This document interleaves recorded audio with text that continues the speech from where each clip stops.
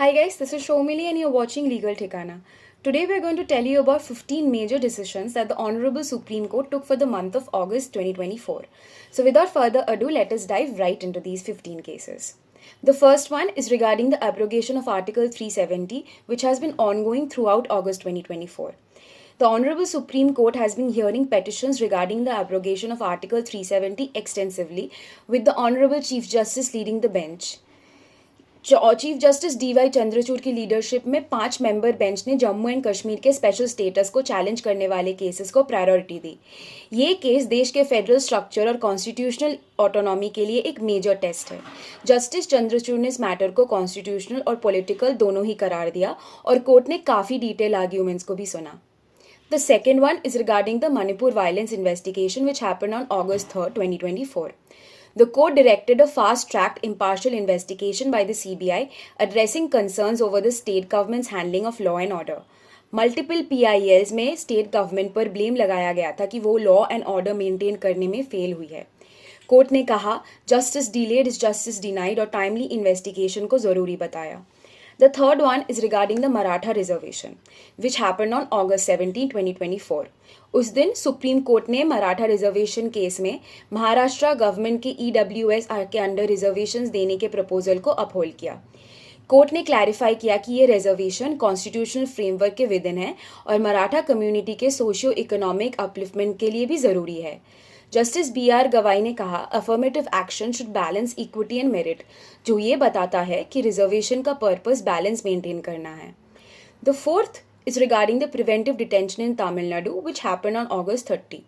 उस दिन supreme court ने तमिलनाडु में प्रिवेंटिव डिटेंशन ऑर्डर्स के राइजिंग नंबर्स पर अपना कंसर्न एक्सप्रेस किया।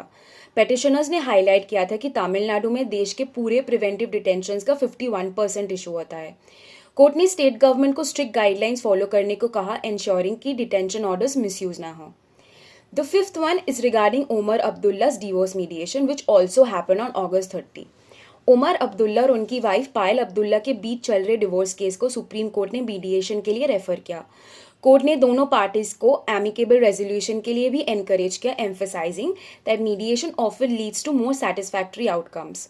जस्टिस संजय किशन कौल ने कहा डिवोर्स केसेस में रिकन्सिलिएशन एक बेटर अप्रोच होता है, स्पेशली जब दोनों पार्टीज की पब्लिक लाइफ होती है। The sixth is regarding the Shakti mills gang rape case, जिसके बारे में भी हमारा एक वीडियो है। This happen on August 2022-2024। Supreme court ने Shakti mills gang rape case में कन्विक्ट्स की डेथ सेंटेंस को लाइफ प्रिजन में कम्यूट कर दिया। कोर्ट ने अपनी जजमेंट में कहा कि although the crime was heinous, death penalty should be reserve for the rarest of rare cases. ये रूलिंग जुडिशियल रिफॉर्म और ह्यूमन राइट्स डिस्कोर्स में एक इम्पॉर्टेंट प्रेसिडेंट सेट करेगी। जस्टिस चंद्रचूड़ ने रिमार्क किया rehabilitation is as important as retribution और ये case इस प्रिंसिपल को रीइंफोर्स करता है। The seventh is about the Na violence cases which happened on August 18, 2024. Haryana के ना डिस्ट्रिक्ट में कम्युनल वायलेंस के केसेस में सुप्रीम कोर्ट ने सुओमोटो कॉग्निजेंस लेते हुए स्टेट गवर्नमेंट को डायरेक्टिव दिया कि लॉ एंड ऑर्डर को रिस्टोर करे। कोर्ट ने यह भी कहा कि rule of law is Paramount और स्टेट गवर्नमेंट इसे कॉम्प्रोमाइज़ नहीं कर सकती और इन्वेस्टिगेशन को मॉनिटर करने के लिए एक स्पेशल कमेटी भी सेटअप किया गया। The eighth one is regarding the online free speech and regulation. This happened on August 8, 2024. उस दिन सुप्रीम कोर्ट ने सोशल मीडिया रेगुलेशन के कॉन्टेक्स्ट में एक सिग्निफिकेंट रूलिंग दी, clarifying that platforms like Twitter और Facebook can not be held liable for user generated content under section 79 of the IT act. Court ने freedom of expression को protect करते हुए कहा online speech must be free yet accountable, thus setting a precedent for future cases related to online content and platform responsibilities. The ninth one is about the judicial appointments reform. This happened on August 25th, 2024. Judicial appointments के process को लेकर supreme court ने एक important ruling पास की, जिसमें कलीजियन system में transparency और fairness को इंश्योर करने के लिए रिफॉर्म्स प्रपोज किए गए। चीफ जस्टिस चंद्रचूड़ ने कहा कि judicial independence begins with a fair and transparent selection process और इसलिए ये ज़रूरी है कि कलीजियन सिस्टम को इम्प्रूव किया जाए। The 10th one is regarding RJD MLC Sunil Singh's expulsion, which happened on August 27. RJD MLC Sunil Singh के एक्सपल्शन केस में सुप्रीम कोर्ट ने इंटरिम रिलीफ डिनाई कर दिया और बिहार लेजिस्लेटिव काउंसिल के रूल्स को अपहोल्ड किया।